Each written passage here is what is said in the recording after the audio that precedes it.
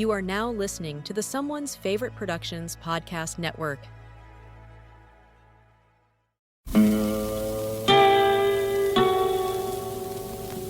Hello, filthy movie lovers. My name is Gentry Austin. And I'm Casey Scott.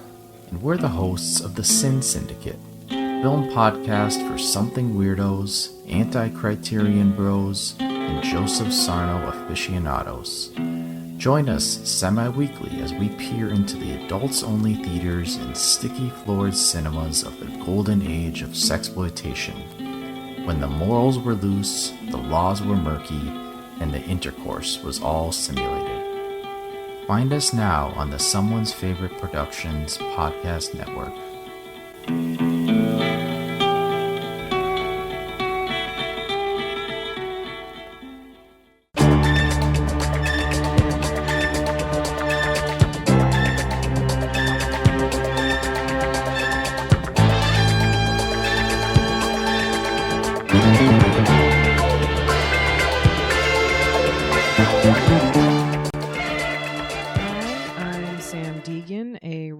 Film historian, very excited to talk about the gorgeous Hungarian animated film Heroic Times from 1984.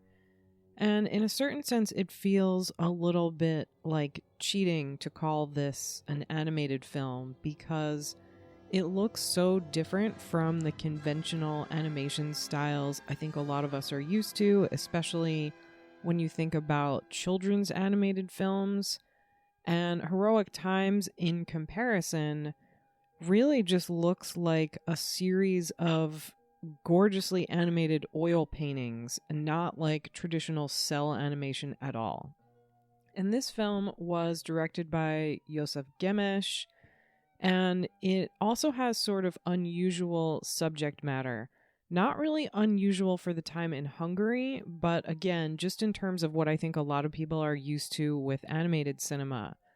And by that, I mean, this is an adaptation of a historical poem about a medieval figure, and that is the Toldi trilogy, which was written in the mid-1800s by János Arany, and is based on this medieval figure who is a real person who actually lived, but I think is one of those people who has taken on so much legendary and kind of folklorish significance. And so something that I want to talk a lot about is the ways in which filmmakers often use historical and kind of folkloric themes. And I think often under totalitarian governments, certainly later Soviet Union applies to this, and Soviet satellite states like Hungary in the 80s. But often under totalitarian governments, you have this long-running tradition of artists and filmmakers and writers exploring historical themes and fantastical themes as a way to get around censorship and to kind of subtly, covertly comment on historical periods and the period that they live in. And so I think that's something that's really important to keep in mind with Heroic Times, and is something that I'm going to return to and discuss more. I also want to talk a lot about how this compares to Hungarian animation during the period. It's from this studio, Pannonia Film Studio, who made a lot of films like this, or sort of in this loose subgenre. Likewise with the director József Gemes, who also wrote the script for this film. He worked on a lot of animated films, and I kind of want to talk through his career a little bit because he touches on so many different fascinating subgenres within animation. He also worked as a production manager, and I think some of that must go into the really gorgeous sense of style in this film. He started off making short films in the late 60s and early 70s. He did some directorial work on Legacy from the Future. This series, the subtitle is The Fantastic Adventures of Family Mezga, which was made from 70 to 73, and it's about this Hungarian family going on comedic adventures around the world. They don't have any money, but they can speak other languages, so they sort of reach out for people to help them. And he did make more traditional kind of children's fare, things like Hugo the Hippo from 1975, which is set in Africa and deals with these hippos who are brought to the area, but then when they serve their purpose, they're killed off, except for this one baby hippo. And so it deals with this evil sultan, but it definitely has some anti-government, kind of anti-authoritarian themes, which I think you see in Heroic Times as well, and I'll talk more about this as we go along, but there really is this ongoing struggle throughout the film about the protagonist's social position. You know, he starts off the son of a lord, but then is forced to work as a serf and a servant. And so it's sort of about his rise and fall throughout these aristocratic ranks and these issues around power as a corrupting force. And so it's just interesting to see that show up in some of his children's animated films as well. Definitely things like Hugo the Hippo. And I should mention, a lot of the productions he worked on had sort of a stable of animators and people who are all working together on different projects. Heroic Times was one of his first big films in '84, and he would follow it with things like Willie the Sparrow from '91, The Princess and the Goblin from '97, which also did have an English language release that I remember as a kid. And so a lot of his work, especially later in the 90s, are things that are geared more specifically towards children. And Pannonia Film Studios was the largest animation studio in Hungary, based in Budapest, like a lot of the people working on these films. Gemes is, of course, included in that as well, but I do think it's important to note that they didn't just make animated films for children. There are a number of things made for adults as well, and also a number of films and kind of series that focus on everything from high fantasy, which is definitely how you could describe Heroic Times, to more standard kids' fare, to adaptations of traditional folk tales, and also animation for adults. And so they produced TV series as well as feature films and these kind of little short films.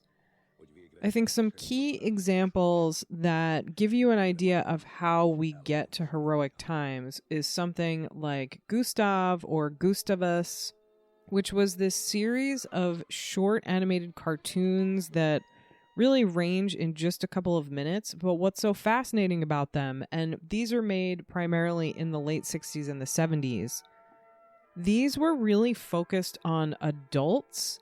And they were kind of like those after-school special segments that we had in the US in the 90s, where it gives you this little snippet of daily life and teaches you, you know, how a person should behave in different circumstances. And so the main character is this guy, Gustav, and it sort of takes him through all these different scenarios.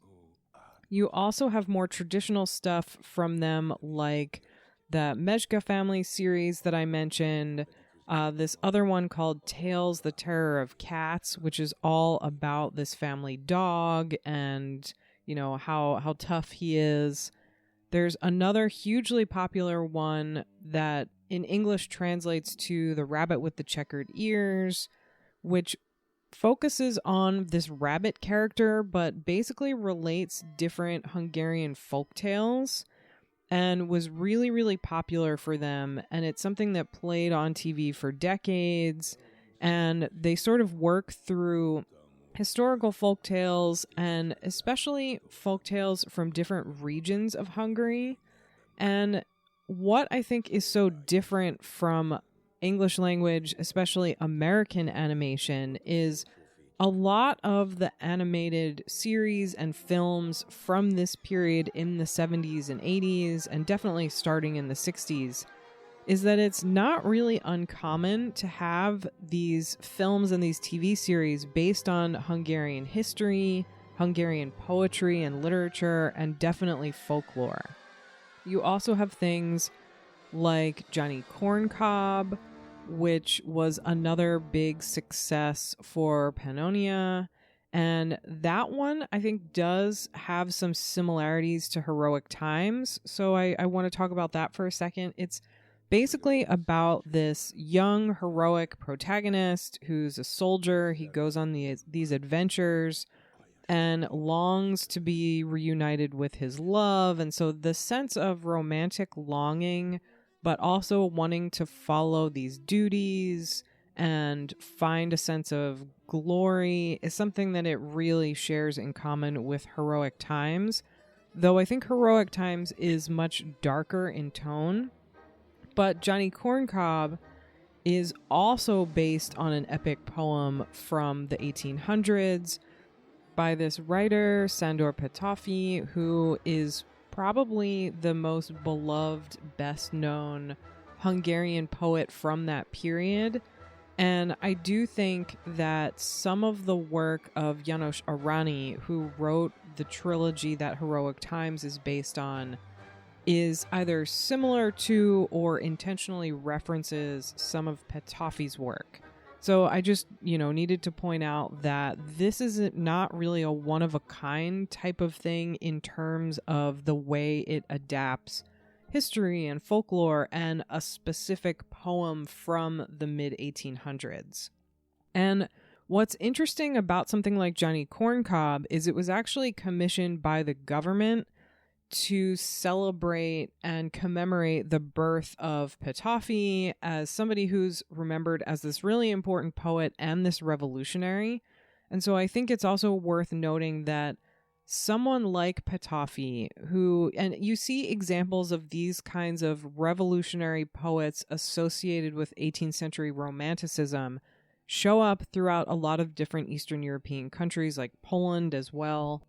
But I think the reason that the government was so willing to celebrate someone like Petőfi and to support the production of a lot of these animated historical folklore films is because of the way that some of those poets from the mid-19th century tie into this kind of communist Soviet project, because they're seen as revolutionaries fighting against capitalism and especially against aristocracy, which is, of course, how we get to this celebration of János Vitéz, which is Johnny Corncob.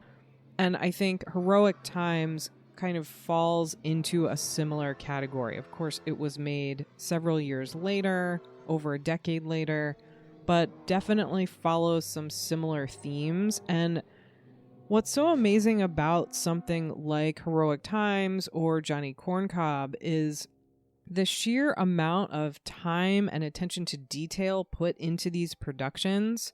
Something like Johnny Corncob involved this huge team of over 100 people. It took, months and months to create. And so I think that level of care and also ingenuity put into some of these historical animated films is part of what makes them so incredible.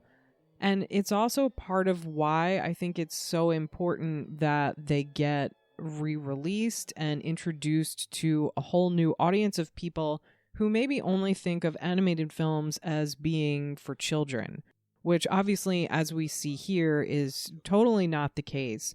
And something I do want to talk about more later, Heroic Times really reminds me of the live action fantasy boom that was happening in this period. In Hollywood and in England and Europe, you start to have this boom that begins around 1980, 1981 of sword and sorcery movies. Things like Conan, but also smaller budget productions like Hawk the Slayer and the whole series of films throughout the 80s and into the 90s to deal with the Arthurian mythos. So, King Arthur and his Knights of the Round Table and the Sorcerer Merlin. And you can definitely see a lot in Heroic Times that feels a little bit like those Arthurian films, especially in the way they deal with these leaders who are corrupted by their own power and who bring their countries and their communities to ruin, or at least close to ruin, because of following their own selfish whims. And that's something that you really, really see constantly throughout Heroic Times in a way that makes it feel really kind of bleak and grim. Another key example is Ludosh Matyi, which is known as Matty the Goose Boy in English. And, despite the title that makes it sound like it's just another children's cartoon, it's also based on a 19th century poem written in 1804 by Mihaly Fazekas. And of course, I would be remiss to leave out the great 1981 animated fantasy film Son of the White Mare from Marcel Yankovic. And that has some similarities to Heroic Times as well, in the sense that it's based on, of course, a poem. It deals with folklore and Hungarian legends. And it also follows this protagonist who has these superhuman powers. And Heroic Times, I think, doesn't go as explicitly into the fantasy territory. Like, we don't have an equivalent to kind of a Merlin type of character here. But there are elements that do make it feel like one of those medieval fantasy epics, especially because he does seem to have this superhuman strength.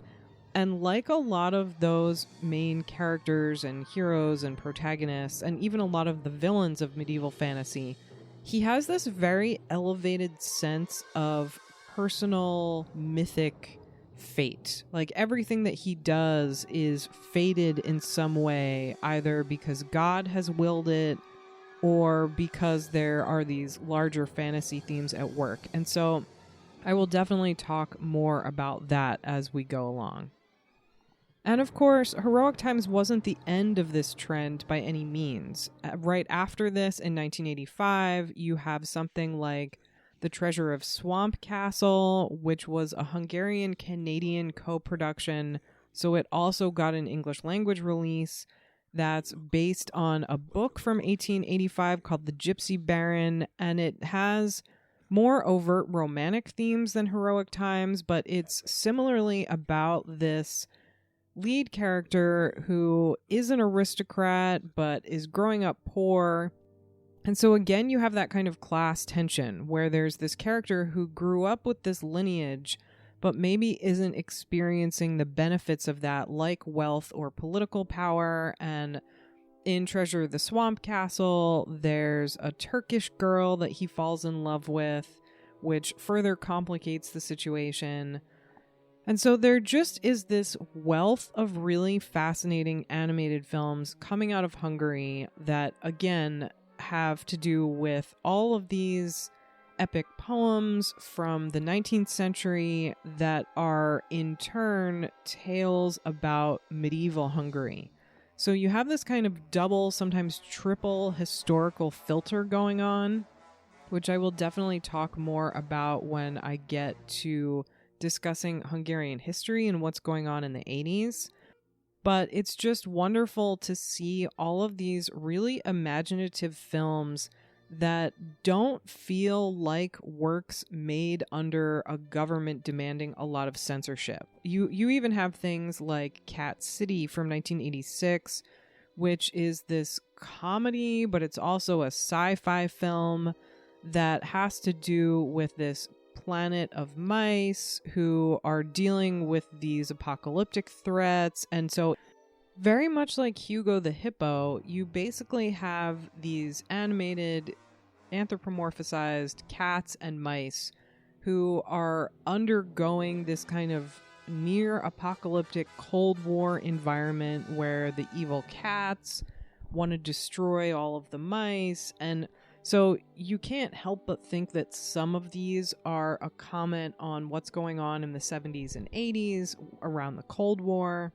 But of course, Heroic Times is based on this cycle of poems called the Toldi trilogy, as I said, by János Arany, which was based on Miklos Toldi, who I don't think is explicitly named in Heroic Times, but I think it would have been clear that that's who we're following, is this legendary knight who I think, as I said earlier, a lot of people thought was this made-up folklore character, but turns out he actually existed in the 13th century.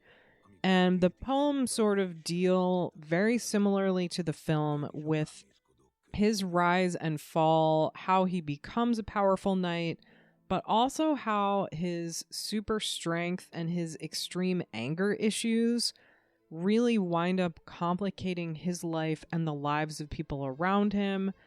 It also deals, like a lot of romantic poetry, regardless of country, like a lot of romantic poetry reflecting on past exploits, past folklore, especially medieval set. It deals with this idea around change and how the way that things were done, this allegedly kind of noble system of knights and kings who always had the people's best interest in mind and cared about, glory and being seen as good people. A lot of these legends are about how that's dying out to give way to this new world that's more advanced and has more convenience, but that death of the traditional old world is being replaced by these people who are greedy and selfish, and their political motivations are all about their own search for power. And so it's hard not to see a lot of that as a commentary on what's going on in the 19th century. Especially in the middle of the 19th century, you have all these kind of attempted revolutions around 1848 and also the 1860s in places like Germany and Hungary itself, which I will talk about more later. But it's just so fascinating because when we talk about heroic times, we're really talking about three very distinct periods in Hungarian history and the ways in which they interact with each other. So I want to talk about János Arany for a minute, the writer of the Toldi trilogy, who, as I said, was mostly working in the very mid-1800s, born in 1817, died in 1882, and has just such a fascinating life and career.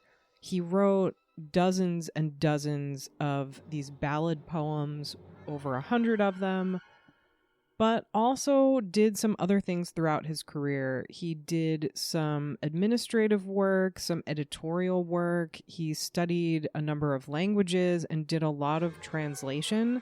He particularly translated Shakespeare, which I assume had some influence on the way that he writes about history as a parallel to what's going on in the 19th century. Because it's all throughout his work, and I think it takes on a really fascinating, kind of revolutionary quality. And I think that must have been true of a number of things that he translated, that influence on his work that gives it that kind of quality, because he translated everything from Russian writers like Lermontov and Pushkin to some of the great French dramatists like Molière, who, much like Shakespeare, would often use things like Greek myth and folklore and historical events to talk about what was going on in the present day. And so you can look at his work, like a lot of the other romantics writing in the 19th century, as being concerned with this project to capture what they saw as their nation. Not just the myth and folklore and cultural history, but also the way things like governmental history and wars play into a nation's mythos. Its idea of who you are as Hungarians, what is your past, what is your history, how does that compare or contrast to what Hungary dealt with under communism in the 20th century. And certainly, he could not have foreseen that, but I think this failed revolution of 1848, which I definitely will talk about, is something that played a lot into his work. I mean, I said he did some work editing. He worked on this newspaper, which I think is called The People's Friend. And it expressed a lot of those revolutionary viewpoints in the 1840s. And a lot of what was going on at that time was this desire to break away from kings and the rights of kings and aristocracy as having this kind of chokehold on a populace. And when you think about that in terms of heroic times, I think there are some really obvious parallels with the way that the king is written and the other aristocrats are written as being people who are corruptible and who are deeply selfish, and at times they almost feel like this kind of cabal or this conspiracy of nobles who conspires to make things worse for people and also conspires to ostracize anyone who is trying to govern or rule from a place of morality.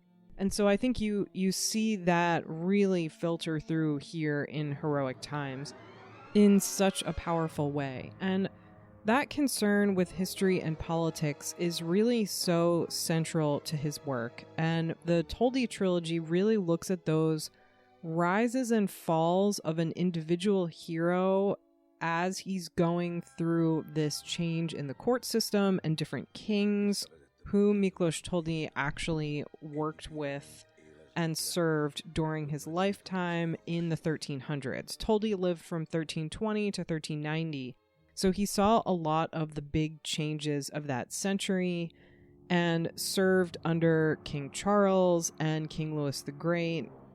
And so that kind of idea of medieval courtly drama also shows up in here, but in a less mannered way than we typically think of medieval romance. I mean, it's concerned with things like battles and proving your worth as a knight and raising through the nobility. But there is this really kind of melancholic, bitter, angry, downbeat sense throughout the entire film and through the entire trilogy, which my understanding is there are 3 parts of the poem. First is Toldi from 1846. Next is Toldi's Night, 1848. And then the final poem, which came much later, is Toldi's Love from 1879. And the major plot points of those are condensed down for the script of Heroic Times. And Toldi having this romance is something that only appears a little bit in the film and really adds to that sense of melancholy because, of course, he can't really be with the woman he loves because of court politics, but also because of some of his own actions, which I think the film does a great job stressing. And so this idea of this kind of pure romantic love, this deeply idealized love, where you learn nothing about the woman or her personality. She just is this fantastical object that lives in Toldi's mind and is a memory of all the things that he wants but cannot have. And I think at times it feels especially tragic because it seems like he gets so close to having that kind of relationship, but of course never has that. And I think the real life Toldi and some of the writing about him, there are similar familial conflicts where he's driven out of his home because he gets into an altercation with his brother, Georgi, who's in deep with the king, kills one of his brother's soldiers or servants. And that, of course, shows up here. And I think his brother is such an interesting character because right off the bat, he's presented as this antagonist, even though they're family. And there seems to be no clear explanation for it. It's just they have different personalities, they don't get along. And having that kind of antagonistic force so close to home is, of course, part of what sets Toldi on his path. Not only his path to become a great warrior by his own doing, but also this path of loneliness and isolation and kind of paranoia. And I think it's really important that we see Toldi both in the poem and in the film as this kind of courtly, heroic, aristocratic, knightly figure.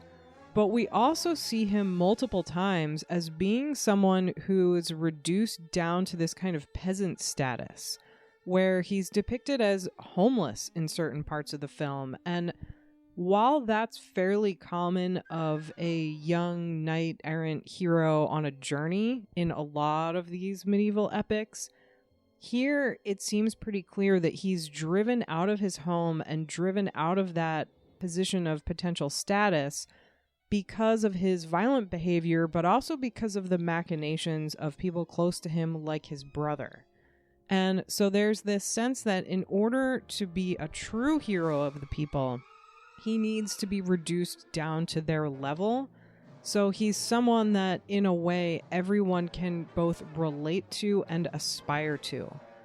And I think it's so fascinating and so important that the film constantly stresses his weaknesses, this sense of anger that drives his worst decisions, and also decisions that torment him.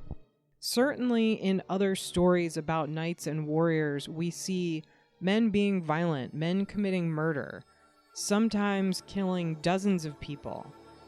But that sense of deep-seated guilt and remorse that is such a central component to heroic times is not common in a lot of those tales, I think. Often people only feel guilty when they're tricked into committing violence or when they kill the wrong person and it accidentally results in the death of someone close to them. But here, he seems just absolutely driven to almost kind of a grief-induced madness when he kills someone. And that murder is, at least the first murder, is really kind of out of self-defense. Another really important element to a lot of this is so much of what he's doing seems to involve seeking some kind of absolution. And he gets a little bit of this from the king. He gets a little bit of this from defeating this knight. But it seems like, especially in the second half of the film, and I will get into this more a little bit later, it seems like he's undergoing this spiritual, almost religious quest for someone to absolve his feelings of guilt because of his violent actions and because of the murders that he's committed or the people that he's killed. And I think this confessional tone is so important, and it gives this very, as I keep saying, very downbeat quality to what could easily have been a much more light-hearted fantasy sword-fighting epic. And that lighter tone, I think, would have fit in with a lot of those sword and sorcery films I mentioned from this period. But because it's so much more contemplative and melancholic, it makes it feel really kind of distinctive. And also this focus on this very lonely knight. You know, when we think about knights, whether you're talking about historical, actual knights or the knights of legend and fantasy genre and folklore, they're always part of a group, usually a group of upper-class men who are there to protect the king or have either a political, military, or often religious motive, especially in Europe in the Middle Ages. There's so many tie-ins between knights and Christianity and giving them this kind of spiritual authority in a sense that sort of justifies a lot of the violence. And of course I'm thinking definitely of the Crusades, but even in a lot of the fantasy and folklore, it's almost this sort of sacred brotherhood that you have to fight to join, you have to be worthy, and part of that worthiness is around your birth and your inheritances. But some of it, and I think you see stories like this in British folklore and Slavic folklore as well, these sorts of characters who start out on the lower tiers of society and work their way up. And there's this sense that they're allowed into this upper echelon because God has willed it and has given them these talents and these skills and sort of put them in the right place at the right time to prove themselves. I mean, you get that in the Arthurian mythos, certainly, when the abandoned, kind of adopted King Arthur as a child is just a squire. He's growing up in a noble family, but he's not treated like the future king because, of course, no one except Merlin knows that that's a possibility. And here you have kind of a similar thing, although it is mythological and sort of spiritual feeling to a degree, but a lot of why he goes through these rises and falls have to do with what's going on in the government, with the kingdom. And so it's unusual to see this kind of story about a knight who rises up in the ranks through these acts of violence, often precipitated by anger, in order to prove himself and join the king's knights, but he feels so separate from the other knights and from the other nobles, and like he really is almost like this kind of lonely anti-hero, even though he's not quite as overtly presented that way throughout the course of Heroic Times. But there is a quality to the film's title that makes it seem a little bit ironic at times because of how angry and lonely and bitter he is, and how he has these very romantic ideals about what it means to be a king and what it means to be a knight and what it means to serve your country that are proven wrong time and time again. But instead of changing his mind about the world around him, he just becomes kind of increasingly bitter, and then eventually at the end of the film dies, sort of in this sense of feeling like he's absolved a little bit and like the kingdom has become a prosperous place again. But there's this sense of warning to the whole thing that is so affecting and so unusual. And the fact that the love story is ignored, for the most part, I think is important because it adds to that sense of longing, that sense of having a fantasy and having these ideals that just don't match up with what's actually happening in the real world. And so he becomes this really interesting figure of warning to a degree, where he sort of lets the king know in different ways throughout this epic to be careful against being seduced by wealth and by the idea of selfish pleasure. You know, the war that basically starts because the king wants to marry someone, I think is a really clear example of this. But he holds himself apart almost as this kind of monk who doesn't enjoy the pleasures of being at court or sort of what that implies on a social level. And in a way, you could see him as being almost like a Lancelot type figure who is really associated with romantic longing. You know, he loves the king as his best friend, but he's also in love with the king's wife, Guinevere. And so he's always away from court on these lonely missions, trying so hard to uphold his values and his sense of honor against this temptation. And there's definitely an element of that here as well.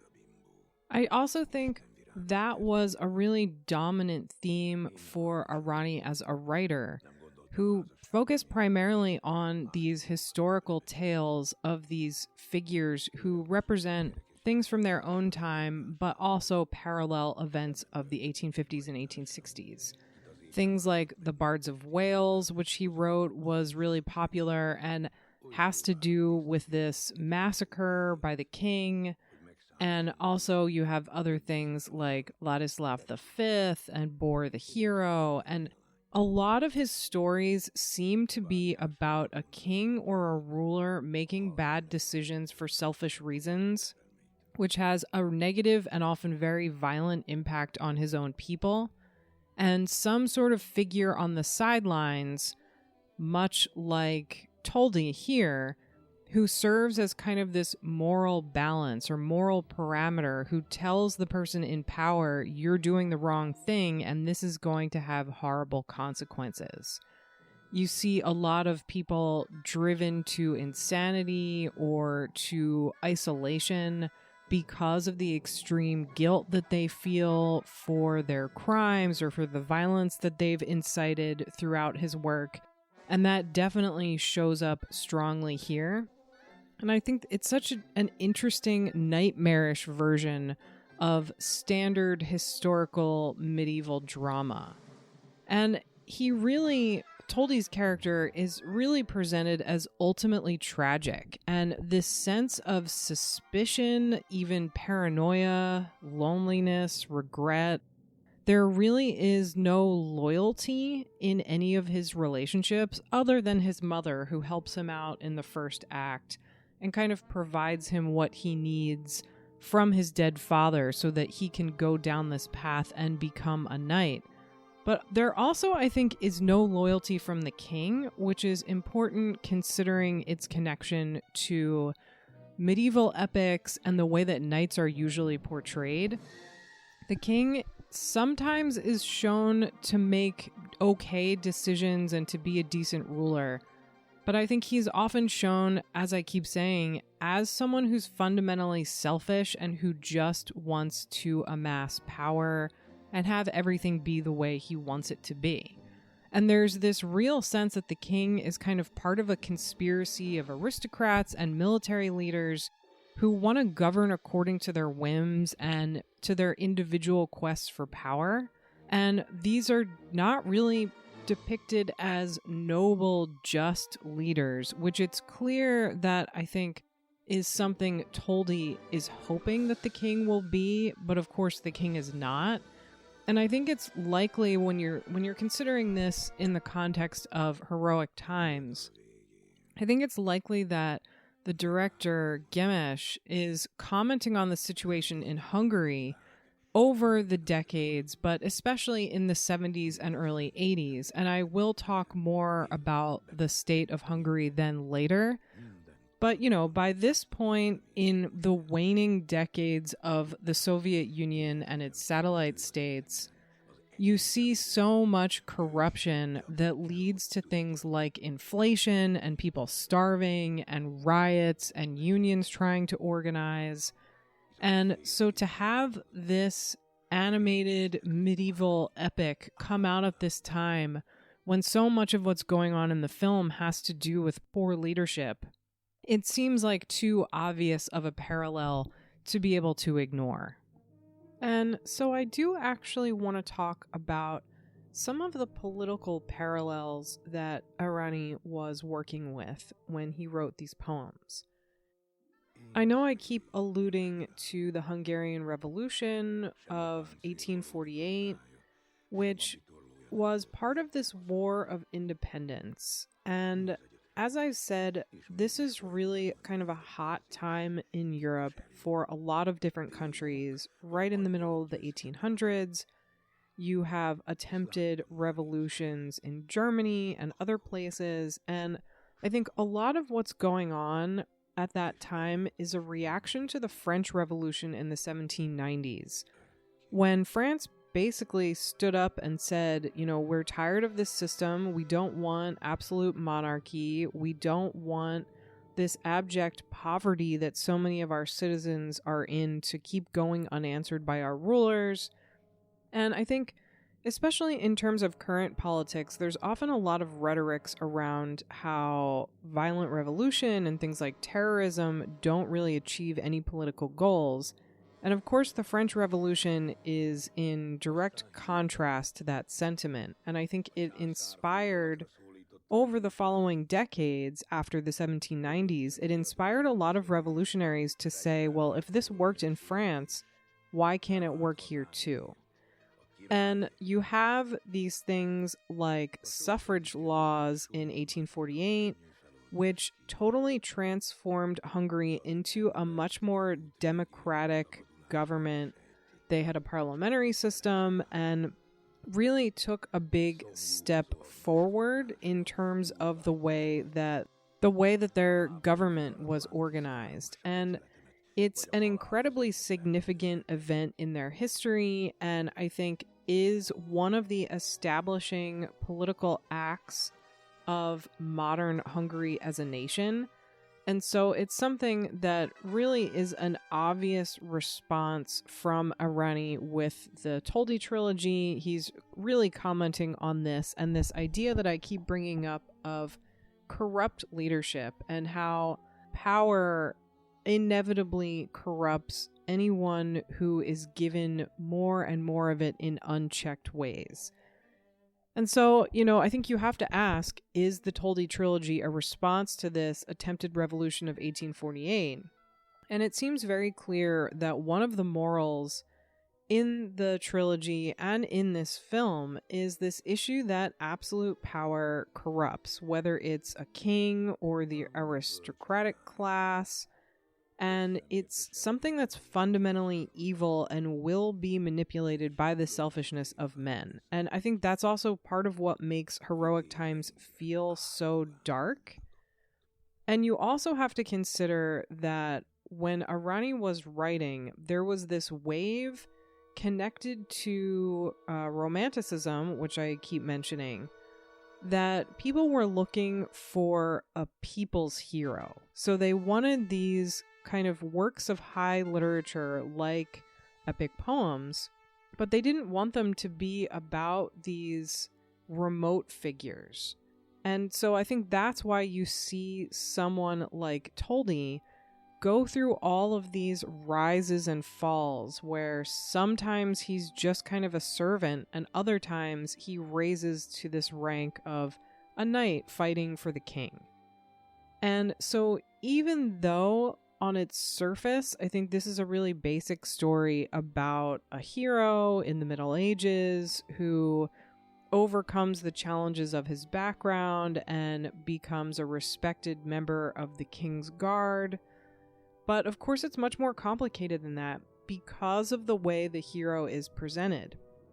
His strength, which is such a standard quality of so many fantasy epics, here is directly connected to his rage, which leads inevitably to violence. And that violence, which is so often painted as positive or necessary in a lot of historical and fantastical works, here is almost always painted as a negative. Whenever he commits these acts of violence, for the most part, they're things that he deeply regrets, which makes this such a dark film in this interesting expressionistic way that feels appropriate for an epic historical poem, but it's one that isn't necessarily accessible for a mainstream audience or an audience who's really used to things like children's fantasy and children's animation.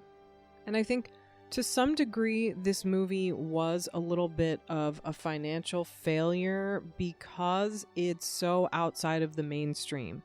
Not just with its subject matter, which, as I've already said, there are certainly other works in Hungarian animation from the period that deal with these kinds of adaptations of epic poems and historical epics. But I think because it looks so different from standard animation and it has all of these beautiful paintings, and you also have some interesting things going on with the way the camera depicts those paintings and how it kind of moves through the animation, I think the dark tone was definitely a little bit off-putting for people.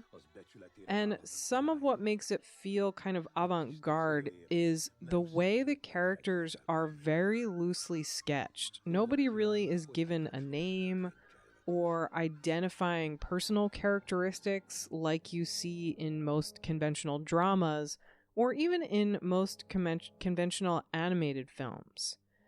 And I think originally this was intended, as far as I'm aware, was intended not to have voice acting and to just be a film that was visual and musical. But I think that would have made it even less accessible. And so you have this great narration over the entire film from Julia Szabo, this really prolific actor who has dozens and dozens of credits. He's done other work in animation as a voice actor and a narrator, like the Hungarian Folktales animated television series I mentioned earlier. He also worked on. And I think it makes it feel much more like one of those high medieval epics because it gives you such a distance from these characters, and they feel more like fantastical archetypes than they do relatable characters. And apparently there were some versions shown without the narration, which I think would be such an interesting experience because it is such an incredibly gorgeous film. There were many artists working on this over a period of years, and, you know, it's something where you can really see the attention to detail. Like, it is clear that this was not a rushed project. You have people like Georgi Varga, the cinematographer, working on this, and he's somebody who also worked on a lot of other Hungarian animated features at the time. And as I mentioned at the beginning of this commentary, József Gemes, who directed the film, and a lot of the people who worked on it were part of that kind of core team who were really heavily involved in Hungarian animation in this period. And so it's just interesting to think of examples like this, of which I think there are relatively few, where you have this really talented team of animation experts and artists and painters who get to work on a project that does feel pretty political and, of course, deals with all of these historical themes, but it's so outside the standard for animation and for animated features that I think it's just really exciting that a work like this has survived. Also, the music, which is from pianist Tibor Erkel and the really celebrated Hungarian composer János Desenyi. I think the music is almost like a character in and of itself in this film. It does so much work at establishing mood and tone, and I think it also really underscores that kind of quality of darkness that happens so often throughout the film, even during the moments where there's been some sort of positive outcome for our hero. So something I've been wanting to talk about is the ways in which artists and filmmakers have often explored historical themes and definitely fantastical themes as a way to get around censorship under totalitarian governments or just more conservative governments prone to censorship. You see this a lot throughout places like the Soviet Union in the 20th century, and also during World War II, any country that was occupied by Nazi Germany often had pretty strict laws around what they could and couldn't depict on screen. And so a lot of these filmmakers resorted to exploring historical subject matter and also the fantasy genre. I think because those two genres felt safe to the people actually making censorship decisions, because they often don't reflect what people think about as contemporary realism. But I do think a lot of the time, history and fantasy, especially historical genre cinema, can often feel like a covert way for filmmakers to get around censorship and ways to criticize the government and power structures in much more subtle ways that don't feel as direct or as challenging. And I think this is also an important contrast between adult fantasy and children's fantasy. Children's fantasy is often more concerned with this kind of simplistic morality and telling tales about how you can learn to be a better person, or how someone on a heroic journey goes through this kind of self-discovery, and a lot of it factors into being in relationship with other people, which I think is what makes Heroic Times so interesting. As I keep talking about, you know, he's a really lonely, isolated character who is not shown to be in relation with other people very often. If you think about more traditional fantasy tropes, he doesn't really have any kind of guide or mentor. He doesn't have people that he works closely with. Like earlier I mentioned the King Arthur mythos. he doesn't have this kind of round table of other knights to fall back on.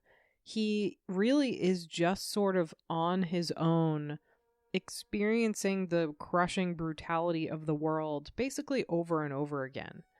And I think mainstream cinema, especially Hollywood, has done a disservice to the fantasy subgenre or genre in a lot of ways, because I think a lot of people think of these fantasy tropes as being fundamentally stories for children. But a lot of mythology and folklore is not for children and has quite violent and dark subject matter, deals with things like governments and power structures and sexuality and gender. And so to compare this to something like the King Arthur mythos and the Knights of the Round Table makes a certain amount of sense, because that myth structure is really all about the founding of the nation of England and how England is growing out of this more Celtic type of paganism into the Christianity that took over 1,000, 2,000 years ago. And I think there are definitely similarities in the way that parts of the King Arthur mythos cycle feel similarly melancholic. There's this sense of sadness about tradition and the old ways being sacrificed in favor of the new. And you do have a character like King Arthur making all of these sacrifices. And, earlier I talked about one of his main knights, Lancelot, who is forced to make sacrifices as well, alongside his queen, Guinevere. And these are generally stories about individuals who come up against these obstacles. Sometimes the obstacles are personal and romantic. Sometimes they're military. Sometimes they're magical. But in a lot of ways, that myth cycle shows how people are corrupted by power and questions who is worthy of power, who deserves it, what do you do with the power when you have it, who can inherit it. And a lot of these, especially medieval fantasy tales, have a lot to do with class issues. People who are serfs or in this kind of underclass of farmers and land workers versus this kind of landed gentry who owns land but are painted as maybe kind of warmongering and power hungry and not always very responsible to the people or the land that they've claimed ownership of. So you have a lot of that going on, often in pretty subtle ways in medieval fantasy. And I think that ties nicely into this concept of fantasy as a way to express criticism under totalitarian or more conservative governments. And medieval fantasy, I think, is one of those genres that is a little difficult to understand, because so often we think of fantasy as being all about, Game of Thrones type of stories with dragons and magic and these kinds of machinations of people trying to steal power from each other. And certainly you see a lot of that in plenty of medieval European epics, but a lot of them are known as romances, which I think is kind of confusing to hear as a term, because now we think of romances as being these smaller personal stories about people, often heteronormative tales of people trying to get into a relationship or who are already in a romantic relationship and are having issues. But medieval romances are not really like that at all. It's a literary genre that has to do with the acts of knights, which are often presented as heroic or chivalrous, and they're largely tales of adventure that reinterpret folklore and mythology and have a way of kind of interlocking all of these different characters. Like a really key example, and I'll probably talk a little bit more about this as we go on, is the story of Gawain and the Green Knight. And I think you see some parallels to Gawain with heroic times, in the sense that Gawain is one of the younger, more innocent members of King Arthur's Round Table, and he has to go on this quest to fight this unbeatable, kind of supernatural being known as the Green Knight, which ties into all of this Celtic and British pagan folklore that I just don't have time to get into. But there are some parallels in that the Green Knight has this really distinctive helmet. You often don't see him without it on. And it reminds me a lot of the knight that he fights here wearing the bull's horn helmet, who I believe is supposed to be Czech. He's a foreign influence, basically, who has come to court and he's just decimating the knights and has to be stopped. And the Green Knight is sort of similar in that he is just undefeatable. And what that myth and what that tale, I think, really stresses is this idea that having class status, being aristocratic, being suited for knighthood on some sort of political or even genealogical way is not all that makes for a great warrior. And Gawain and the Green Knight has all these similarities to heroic times with the way that this knight rises from this kind of lower position and is painted as someone who maybe has a lot to learn.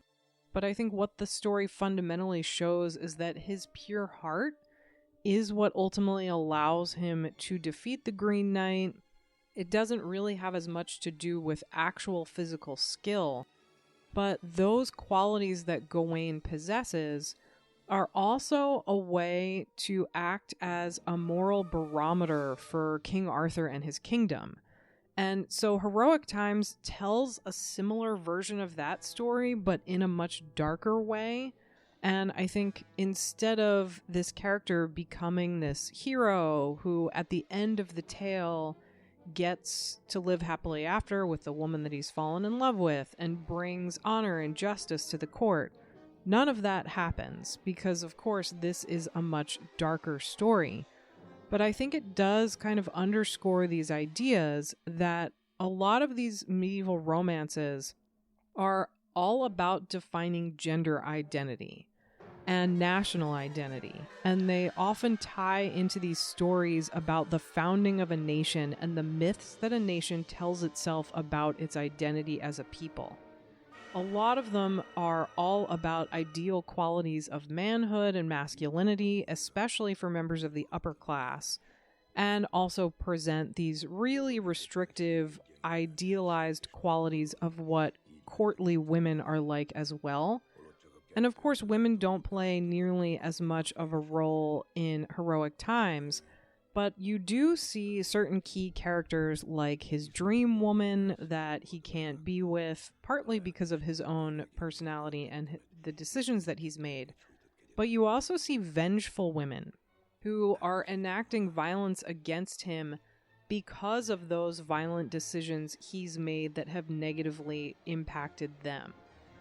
And so this concept of medieval romance and chivalry epics were really, really popular in the high medieval era in early modern Europe. So definitely in the 13 and 1400s, which is when this Toldi character and, real person emerged. So I think there's so much going on in the 19th century poem and in this 20th century film that calls back to that medieval period and what it means to be heroic and what function does going on a quest actually serve. And it is important to note that a lot of these medieval romances are basically adaptations of folklore, and a lot of them had much more of a supernatural or kind of magical focus. There were characters who are presented as deities or fairies and eventually became, witches and wizards. And you start to see this kind of shift towards more realistic knight characters. But I think that folklore core remains. And you really see that in something like Heroic Times, in the way that he has this super strength that's an ability that sometimes seems like it's beyond his control. And of course, raises all these issues I've been talking about in terms of the role of masculinity and things like masculine anger and masculine emotional responses taking on a destructive capacity. It also raises the question of violence and whether violence is an effective tool of things like governing, but also personal development. He's going on this quest and this journey, but Heroic Times again and again paints the violence in his quest, whether it's his personal acts of violence because he's protecting himself or because he's getting revenge, or whether it's much larger acts of violence like going to war as part of these numerous battles and wars that the king has instigated over the years. It really questions, is that effective, or is that just making this society worse? And, it's important to always keep in mind that all of this is filtered through the early 1980s. It's a 20th century film adaptation of a 19th century poem about an early medieval legend. And so those layers and the way that this is kind of comparing all these different time periods at once is so important to keep in mind. And I do want to talk, since we're getting to the end of the film here, I do want to talk for a minute about communism at the time and the People's Republic of Hungary, which would end a few years after this film was made in 1989 in this relatively peaceful, kind of inevitable, I think, transition to a more democratic system. And Hungary has such an interesting relationship to the Soviet Union. I mean, when you think about the really dark years of Stalinism in the 40s and into the 50s, and the way that really shaped the Cold War and the future decades of 20th century communism, Hungary attempted to have their own revolution in 1956, which was violently suppressed by the Soviet Union, and so Hungary was sort of forced to remain a satellite state. And I think there are plenty of artists and filmmakers in Hungarian history, especially around this period. People like Miklos Jancsó, the director, who wanted a revolution not because they wanted capitalism and they wanted some sort of twisted American version of democracy, but because they genuinely wanted a more open, more left-wing government than the kind of totalitarianism represented by the Soviet Union.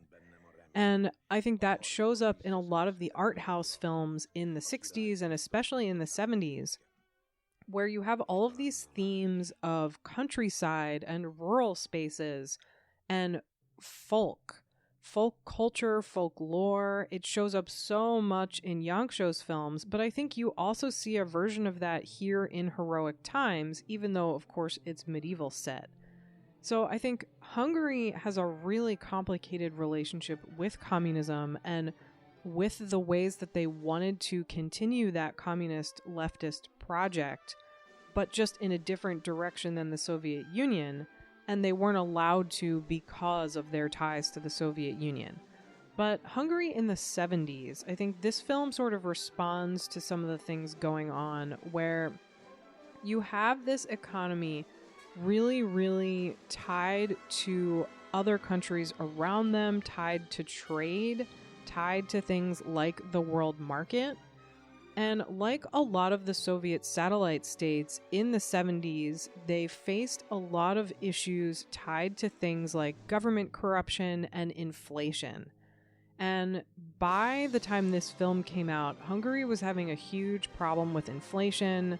People were suffering because they couldn't afford to buy basic things, which I think as Americans is so often the kind of media propaganda takeaway of the Soviet Union and its satellite states is, they oppressed their people, they starved their people, and there's really no balanced Western capitalist reporting on what it was like to actually live in these places. But it is undeniable that because of the way everything worked out with the global market and trade, for Hungary in particular, there was a huge problem with price hiking and inflation.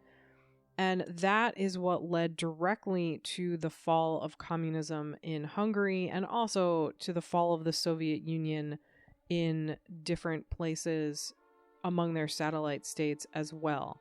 So you also have this issue where Hungary, I think, is really trying to manage their relationship with the Soviet Union and people like Khrushchev. And you see that struggle, in a certain sense, show up in Heroic Times, where you have these kind of more spiritual leaders. And I think you could paint the hero of Heroic Times, this Toldi character, as being a sort of spiritual leader, in the sense that he's shown to be a hero and he's following this particular moral line that he sees the leaders around him not following and going against. And so he's sort of this lone voice of reason who is trying to convince the king and the people around him that following this path of selfishness and going after the kind of spoils of wealth is not an honorable or ideal way to run a government. And I think a lot of that speaks to corruption in the Soviet Union at the time, when you have wealthy party members and party leaders and very poor people struggling just to buy a loaf of bread because of all these issues around inflation. And I think a lot of this can be seen as emerging in the 60s, when you have all these artists and political leaders and activists and, of course, filmmakers responding to this rise in revolutionary ideas in the mid-60s, which, of course, led to the events of 1968, global strikes, where students and workers and intellectuals are coming together to protest and, in a lot of cases, effectively shut down governments. Though, of course, it didn't lead to the kind of revolution that people were hoping for. But I think you see some of the themes, especially this criticism of corrupt leadership, showing up earlier in the late 60s, in that post-1968 period, through directors like Miklos Yanksho, and also somebody like Istvan Szabo, who, much like in Heroic Times, often used historical events to criticize what was going on in then modern-day Hungary.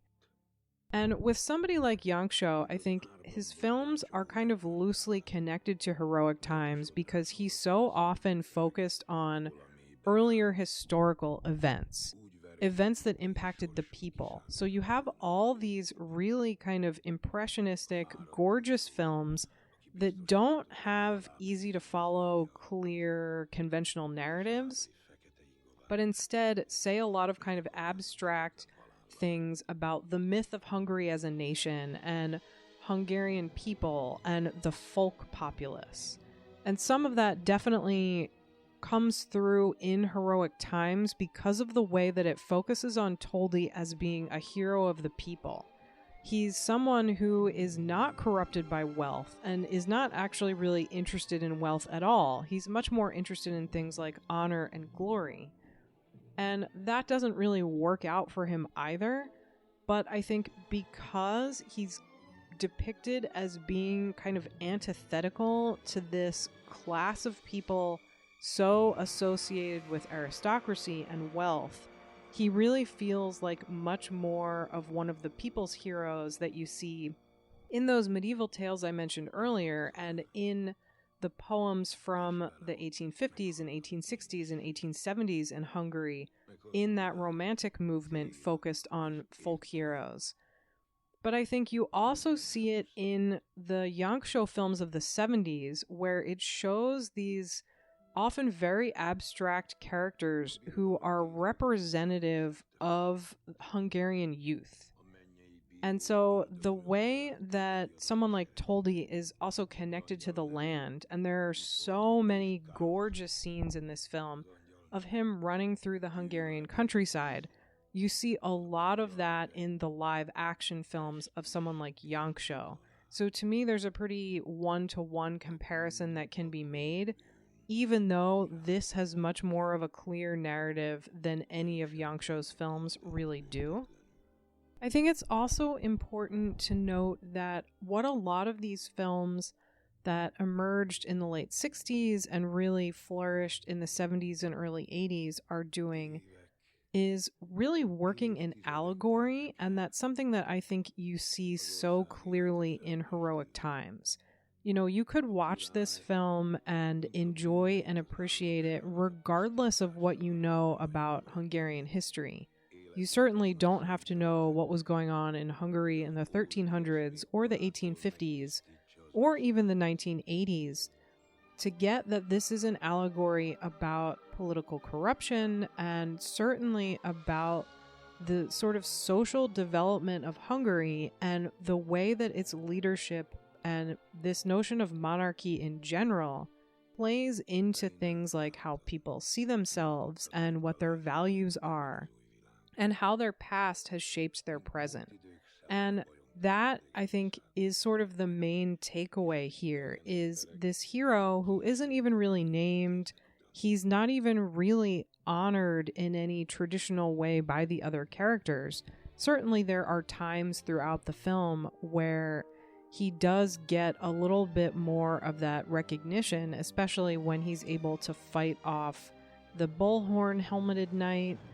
But you get the sense that he just is this tormented, lonely wanderer in sort of different ways throughout so much of the film.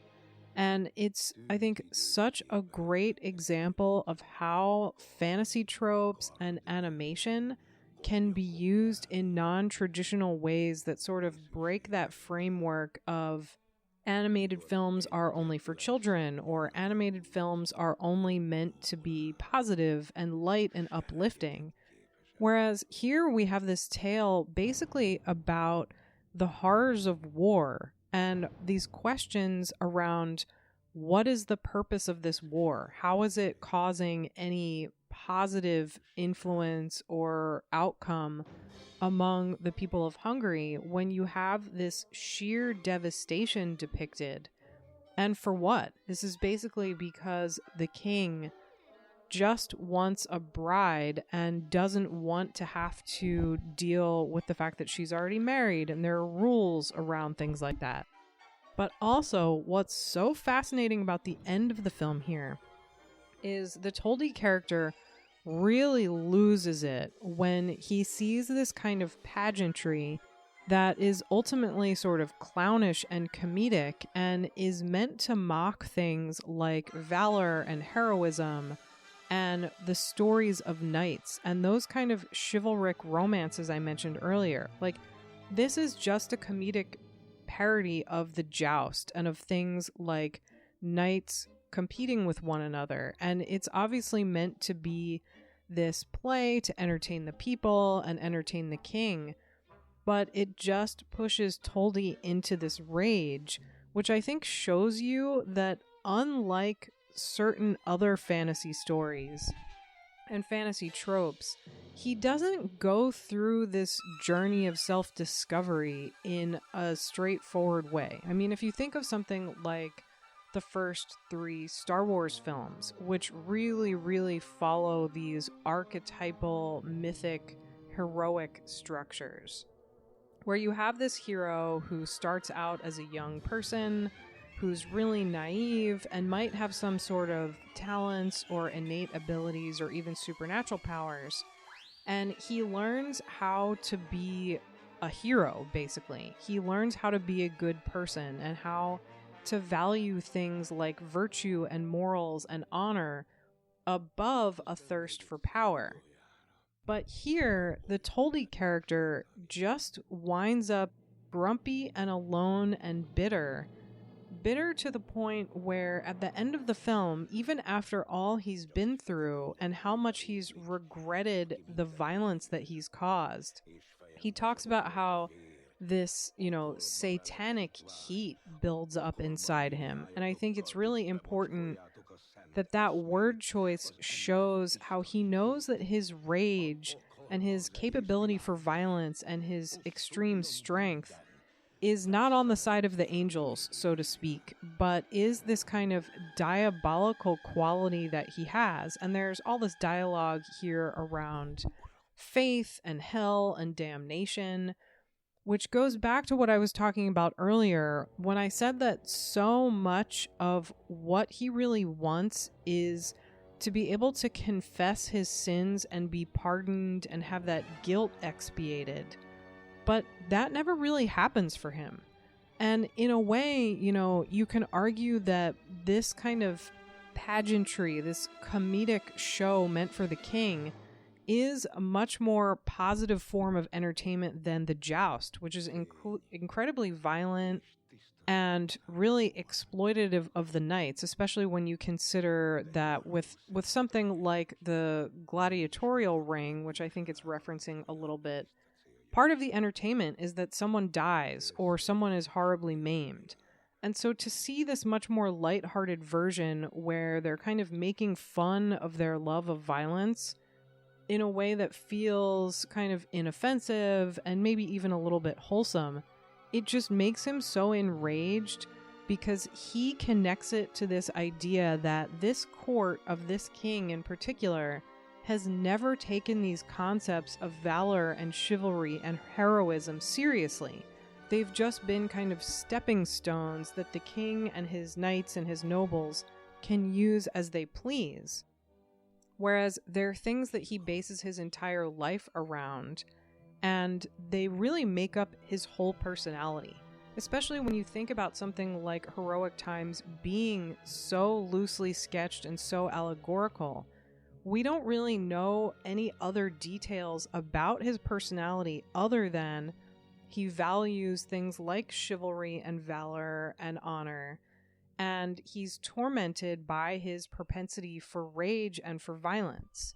And so that, honestly, it makes up his entire personality. And so to have his values mocked in this way at the end of the film, I think really complicates the narrative and shows you that Heroic Times is not necessarily painting him as some ideal figure to be emulated.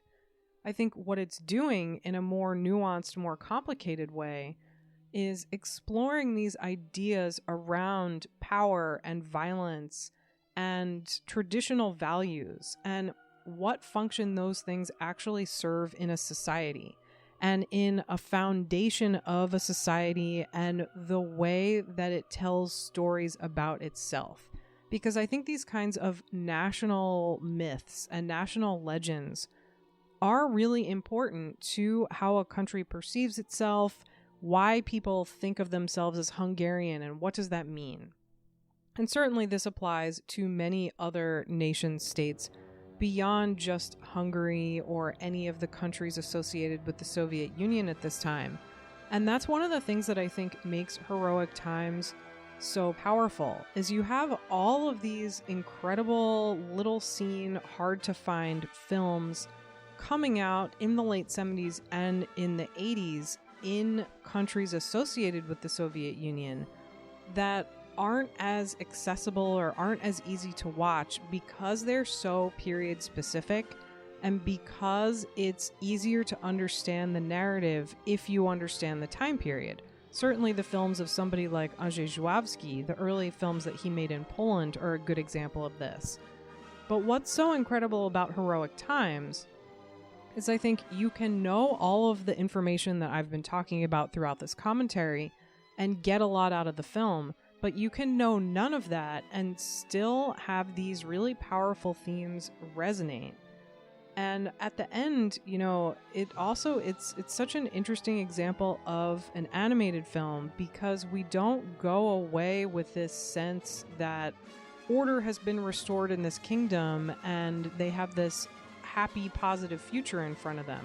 You get that sense a little bit, and there's the implication that this society is prospering and the king has sort of learned his lesson about starting a war because he wants a particular woman, or maybe he's learned that lesson. But the ending note here really is just so fascinatingly downbeat that I think that's part of what makes it the type of film that you can't separate from what's going on in Hungary in the early 80s. And I hope that this is something that introduces a whole new generation of film fans to Hungarian cinema in the 70s and 80s, and particularly some of this really fascinating animated cinema, much more geared towards adults than children. And I hope everyone enjoys this film as much as I do.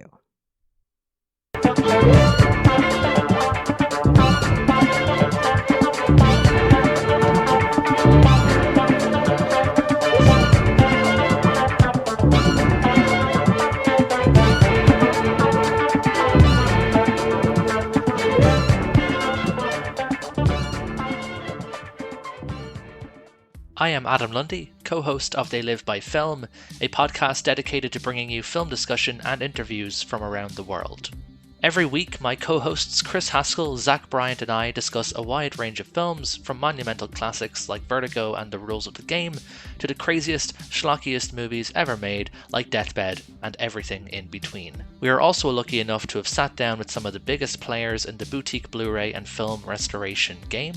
If this is your thing, then come hang out with us every Thursday at 7 p.m. Eastern, wherever you normally stream your podcasts, and now as part of the Someone's Favorite Productions podcast network. If you're looking for more horror outside of the mainstream, look no further than Unsung Horrors, a podcast about underseen horror movies. I'm Lance. And I'm Erica. Every other week, we'll cover a horror movie with fewer than 1,000 views on Letterboxd.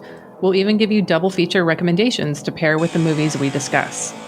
From gothic to shot on video, from slashers to comedies, from giallo to J-horror, we'll cover all the subgenres. So join us as we unearth these hidden gems of horror. Follow us on Instagram, Twitter, and Facebook, all at Unsung Horrors, available wherever you listen to podcasts. And part of the Someone's Favorite Productions podcast network.